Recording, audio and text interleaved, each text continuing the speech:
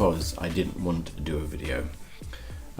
What I wanted to do was a number of other things, and I chose to do this instead. And let me explain, I guess.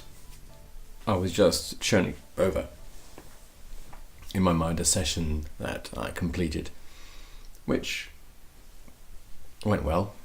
It was fine, but I was disappointed in certain elements regarding it, how it could have turned out, how it could have been better.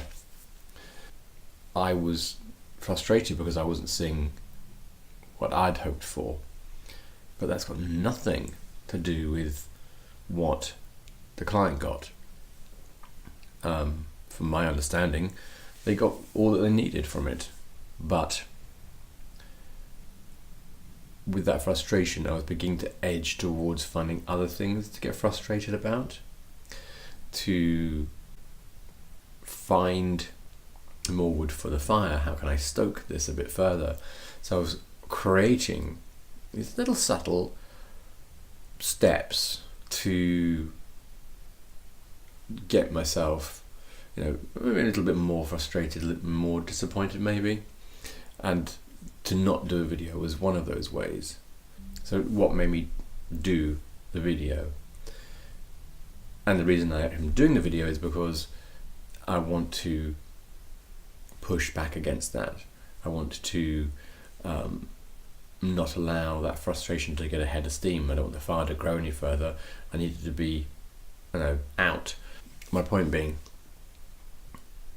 there's something very vital in being able to notice the sequence we go into when we don't do something that we would want to do, when we step away from the activity we would like to achieve or see ourselves have, or the goal we set ourselves. It's interesting and it's important to take the time to ask the question of yourself, what's the intention here? What's my intention by not doing X, not doing that goal, not doing the plan I had? Why am I not doing that thing at 2 o'clock that I set myself to do? What's my intention? And you'll be surprised with what you'll come back with. You'll be surprised with what you get told in your head. And it's interesting, it's useful to listen to that voice, to hear what it has to say to you, because it'll begin with an understanding of the process, your patterns, the how you go about feeling something. And the more you can recognize it, and the more you become aware of it, the more chance you're able to adapt it and change it. For example, if we're able to say, I'm not going to go to the gym today. I don't feel like it.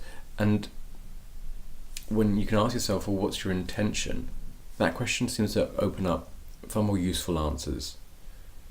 And if you actually look to dig a little deeper, you may find something that's useful for you to attend to. Maybe you feel that actually it's not the gym you don't want to go to, it's that you were feeling disappointed or upset about something earlier in the day or even in the week, which has cascaded to the point where you want to kind of increase that frustration or disappointment in some form, and by not going to the gym you'll kind of subtly, incrementally add to that frustration.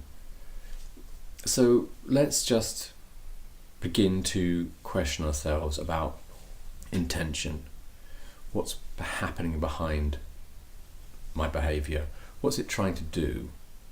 It'll give you an insight which I hope you can find useful, hope you can challenge and get to understand yourself better, understand your little triggers, understand your patterns. And once you begin to understand them and see them, acknowledge, we've kind of got the tools to change.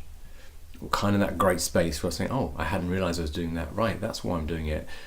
And you go back and think, actually, you're right, next time I need to do this differently, or I need to go back and do this differently. So I encourage you to do that. I encourage you to ask better questions. I encourage you to find out the positive intention behind the behavior you're currently experiencing. Like this video. It's not wasted. And that's a better feeling than not doing it at all.